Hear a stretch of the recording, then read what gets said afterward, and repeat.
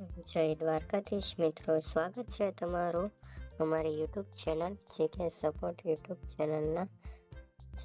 તો મિત્રો, આજના વિડીયોમાં આપણે ખેડૂતો માટે ખેતીવાડી વિભાગની અગત્યની યોજના વિશે ચર્ચા કરીશું કે જેની યોજના છે અંતર્ગત ખેડૂતોને વર્ષે ₹12,500ની મર્યાદામાં સહાય આપવામાં આવે છે.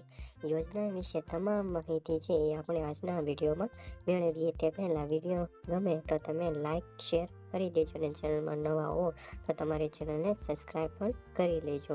તો ચાલો મિત્રો, આપણે આ વિડીયોની શરૂઆત કરીએ. તો મિત્રો, તો તમે અહીંયા જોઈ શકો છો કે જે ગુજરાત સરકાર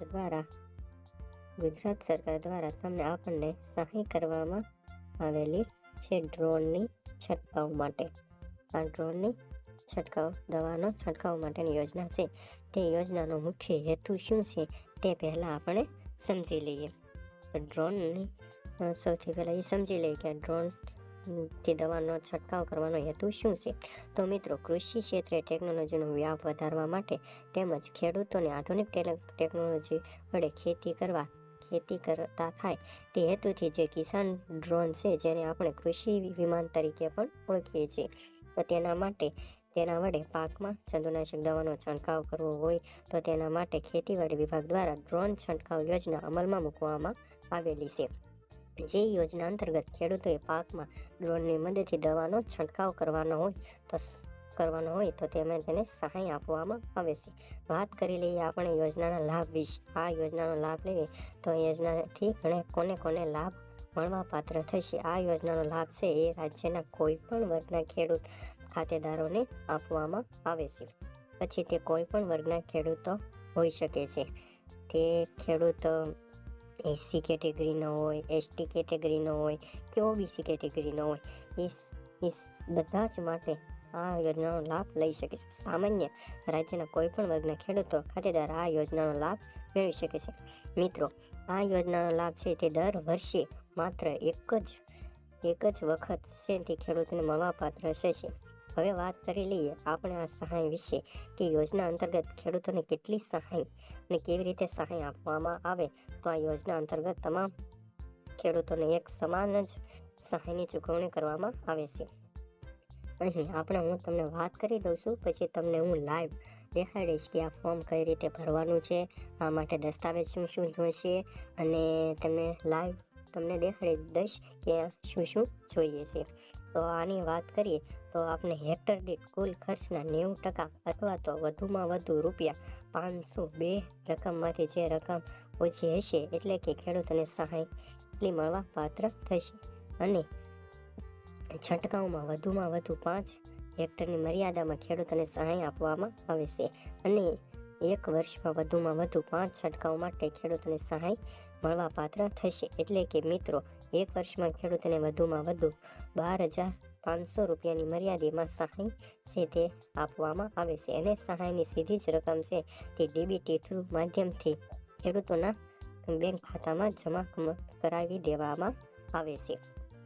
તો મિત્રો, તમે જ્યારે અરજીનું ફોર્મ ભરો છો ત્યાર પછી તાલુકામાં આવેલી જે ખેતીવાડી વિભાગ છે તેના દ્વારા તમે એક પૂર્વ મંજૂરીનો આદેશ આપવામાં આવશે. તે પૂર્વ મંજૂરીનો આદેશ મળ્યા પછી તમારે ડ્રોન ભાડે આપતી કોઈ પણ જે સંસ્થા છે અથવા તો કંપની છે તે કોઈ પણ વ્યક્તિ પાસે દવા છંટકાવ છે તે કરાવી દેવાનો રહેશે. અરજી ફોર્મ વિશે વાત કરીએ તો અરજી કઈ જગ્યાએ કરવાની રહેશે.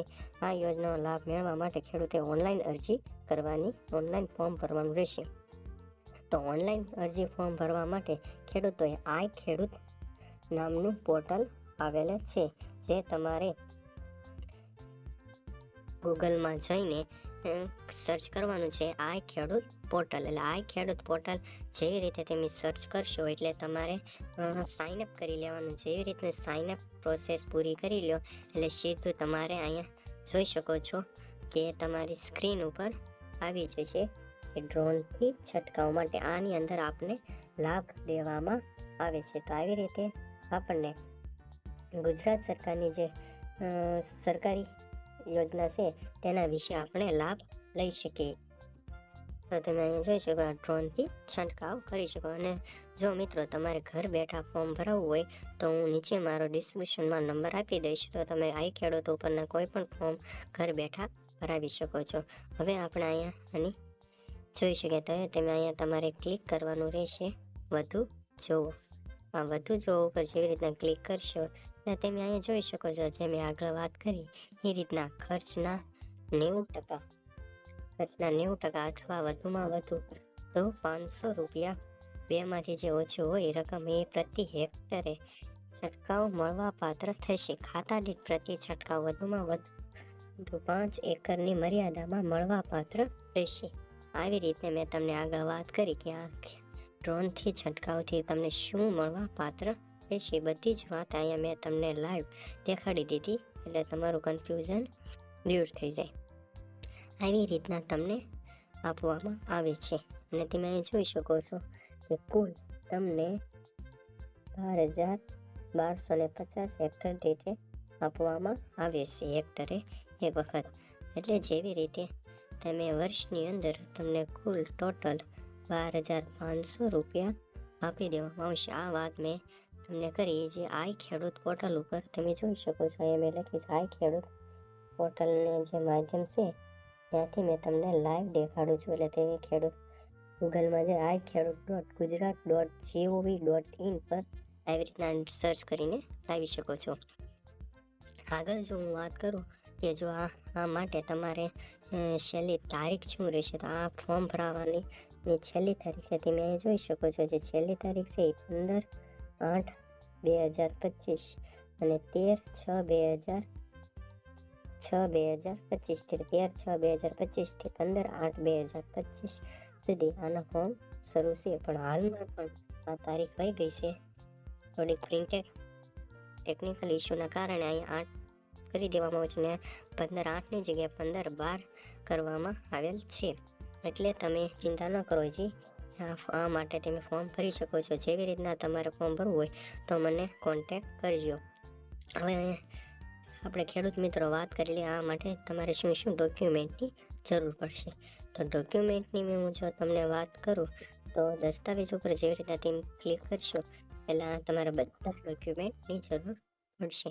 તો તમે જોઈ શકો છો તમારું પહેલું ડોક્યુમેન્ટ રહેશે દિવ્યાંગનું પ્રમાણપત્રની નકલ લાગુ પડતો. એટલે જે વ્યક્તિ જે ખેડૂત ખાતેદાર હોય એ જો દિવ્યાંગ હોય તો તેને દિવ્યાંગનું પ્રમાણપત્ર નકલ કરવાનું રહેશે. પછી જો જે વ્યક્તિ એક વન અધિકારી પ્રમાણપત્રની નકલ જો લાગુ પડતું હોય તો, અને જો જાતિનું પ્રમાણપત્ર એટલે જાતિનો દાખલો જો લાગુ પડતો હોય તો, એ સંયુક્ત ખાતેદાર કિસ્સામાં બાહેંધરી પત્રક.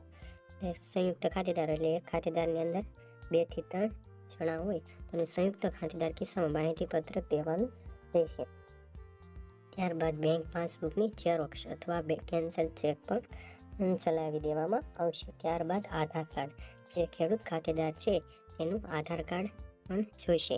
ત્યારબાદ જો વાત કરીએ તો અરજીની સહીવાળી નકલ. આ ડોક્યુમેન્ટ છે એ તમારે જ્યારે તમારું ફોર્મ છે એ ભર્યું છે એ પાસ થઈ જાય પછી તમારે આ બધા ડોક્યુમેન્ટ દેવાના રહેશે. પછી ખરીદીનું બિલ, જ્યારે ફોર્મ તમારું પાસ થઈ જાય છે ત્યારે ખરીદીનું જે બિલ હોય એ પણ દેવાનું રહેશે. અને ત્યારબાદ 7/12 અને 8/8 આવી રીતના આટલા ડોક્યુમેન્ટ તમારે દેવાના રહેશે. તો એટલા ડોક્યુમેન્ટ તમે વિડીયોને પોઝ રાખીને જોઈ શકો છો અને સ્ક્રીનશોટ પાડી શકો છો. તો દર્શક મિત્રો, ખેડૂત ભાઈઓ, આ તો આપણે જે મેં તમને વાત કરી હતી એ રીતની બીજી પણ તમે જોઈ શકો અલગ અલગ ઘણી યોજનાઓ છે. પણ હાલમાં અત્યારે અમુક જ યોજનાઓ ચાલુ છે. બીજી યોજના એક પંપ સેટર્સની પણ યોજના છે અને એક છે પાવર સંરક્ષણ સંચાલન એટલે દવા છાંટવાનો પંપ. એના માટે પણ ફોર્મ ભરાવાના ચાલુ છે. એટલે તમારે જો એની માટે પણ ફોર્મ ભરાવવા હોય તો પણ મને નીચે મેં ડિસ્ક્રિપ્શનમાં નંબર દઈ દીધો છે, એની માટે તમે સંપર્ક કરી શકો છો. આગળ મેં વાત કરી થોડીક ટેકનિકલ ઇસ્યુના કારણે ગ્લિચના કારણે અને ડ્રોનની છંટકાવ કરવાની છેલ્લી તારીખ છે 31/1/2026 સુધી છે અને 19/11થી શરૂ થઈ ગયા છે. એટલે આની છેલ્લી તારીખ છે 31/11. એટલે હજી આપણી પાસે 2 મહિના છે. જો તમારે આની માટે ફોર્મ ભરાવવું હોય, આઈ ખેડૂત પોર્ટલના કોઈ પણ પ્રકારના ફોર્મ ભરાવવા હોય તો નીચે મારો મેં વોટ્સઅપ નંબર આપી દીધો છે, ત્યાં તમે કોન્ટેક કરી શકો છો. તો ચાલો દર્શક મિત્રો, ખેડૂત ભાઈઓ, મળવી એક નવા વિડીયોમાં. જય દ્વારકાધીશ.